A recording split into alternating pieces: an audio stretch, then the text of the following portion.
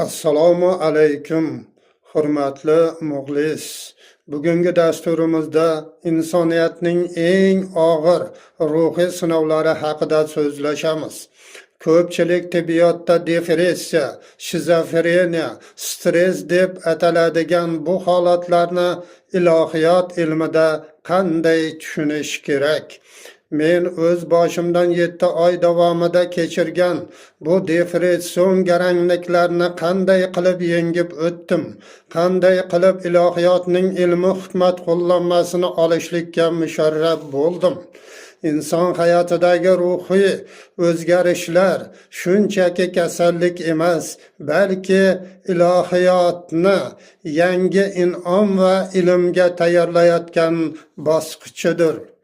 Hurmatli aziz inson, kanalimizga obuna bo'ling.